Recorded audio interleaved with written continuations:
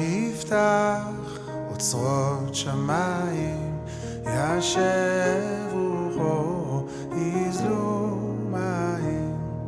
אלך יפתח אוצרות שמיים, ישב רוחו יזלו מים. בגשמי רצון תברך עדה, בפחי הגון כציפור בחודה.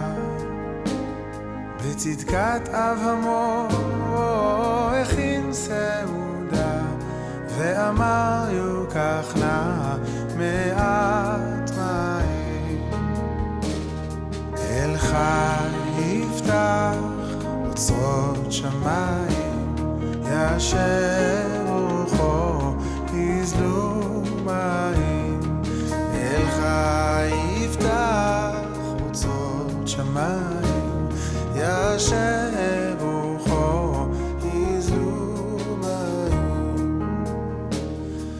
זכור רחמך יוצר מאורות, צווי עבך יריקון אורות.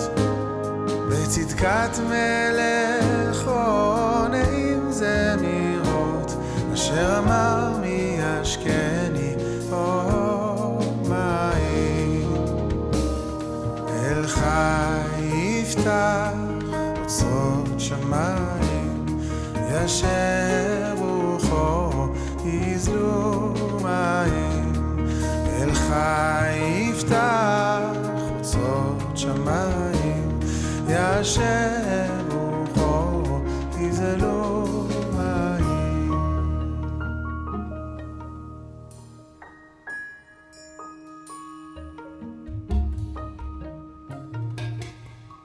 בגשמי ברכה תברך אדמה,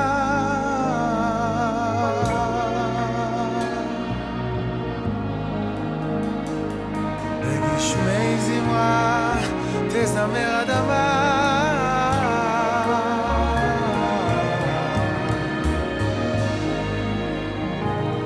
בגשמי חיים, בגשמי ברכה, בגשמי ישועה.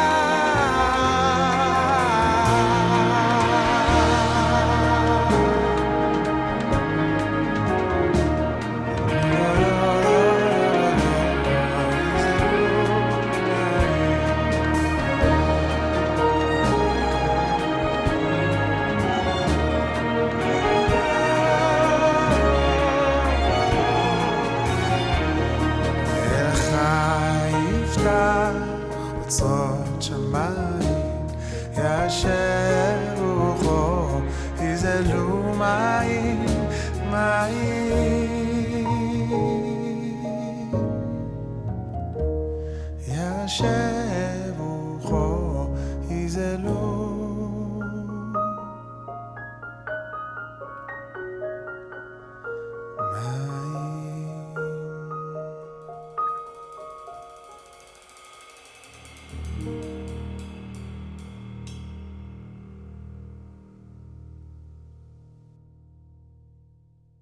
I just want to talk a little bit about Campaign for Truth. For some reason, if any of you haven't heard about Campaign for Truth on social media, it's a little bit about our event you might not know about, who we are, and why we're slightly different than the norm. Sharon and I, realise that in Israel advocacy, specifically in the UK, there are a lot of organisations, quite well-known ones, which you may have heard of, that put on many events about Israel and Jewish issues. We wanted to put on events that have subject areas not really touched on before, specifically connecting Israel and British politics. And as a non-funded organisation, we have a choice about who we bring to speak, and we have a choice on what subjects we bring up. Although we're a non-partisan, we tend to do events on a more conservative slant. We're very much into new flash mob ideas, which hit headlines very quickly. A good example of our recent events was about Labour's anti-Semitism. Prior to that, we did an event also regarding the mayoral debate. As you see on the sides, we've got a video for you to show you a little bit about Campaign for Truth. We counter-protested in Golders Green. We had over 2,500 on an event against the Nazi demos that were coming last year. We put on a meaningful vigil outside the Israeli embassy with a give and a London, remembering the Israelis that succumbed to terror attacks in November 2015. And obviously, we had a very successful large event in November with BBC Watch and Camera regarding the BBC and obviously the complaints that have been made regarding the bias against Israel. Coming up in the next few months, we have NGO Monitor, Im Tertsu, Ethics of War, and we hope that this debate, which is the two-state solution, dead or alive, is going to make you rethink maybe some of your ideas regarding what you're here today. And the panelists will give you some information that you may have not thought of before. It's some 20 years since Oslo, the agreement that was meant to seal the ultimate settlement of that age-old dispute between the Arabs and the Jews of Israel. Sadly, despite brave efforts of several competent negotiators, the divide remains as wide as ever. So we of Campaign for Truth have posed the question, is the two-state solution dead or alive? And to help us sift through the myriad of issues surrounding the topic, we have brought together a formidable panel who will present a full spectrum of opinions to set the stage for tonight's debate. The format tonight will be in two parts, with a short break between the two.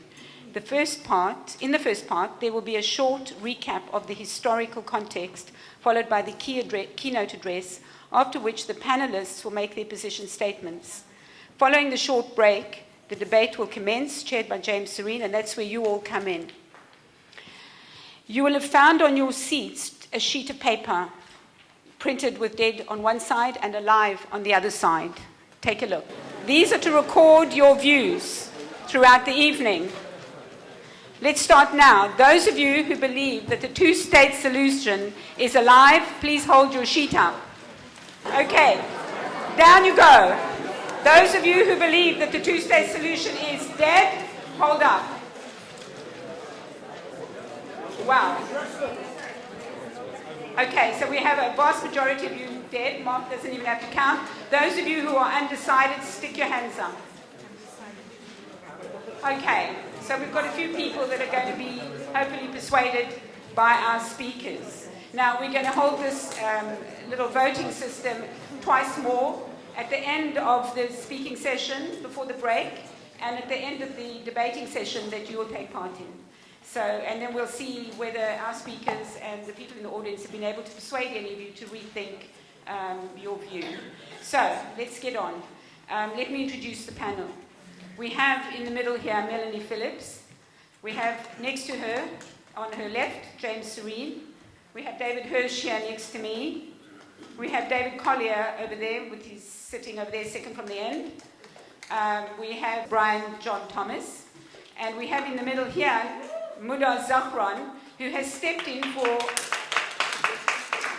Mudar has stepped in for Ahmed Maliki, who unfortunately has not been able to attend tonight.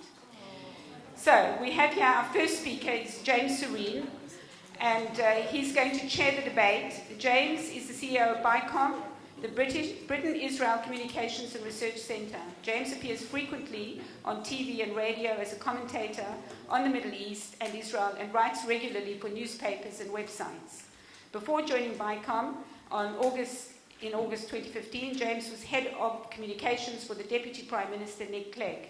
Prior to that, he held a senior position in communications at the Department of Health and the Home Office. From 1997 to 2000, he was head of public affairs at the Israeli Embassy in London. He holds a law degree from Queen Mary University of London and a master's in Middle Eastern Studies from the School of Oriental and African Studies. James will be setting the historical context of the two-state solution. And as I said, he will chair the debate once everybody's been through their position statements.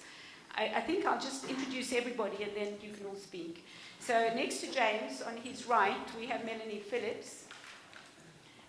She's our keynote speaker, and she's a British journalist, broadcaster, and author whose weekly column currently appears in the Times.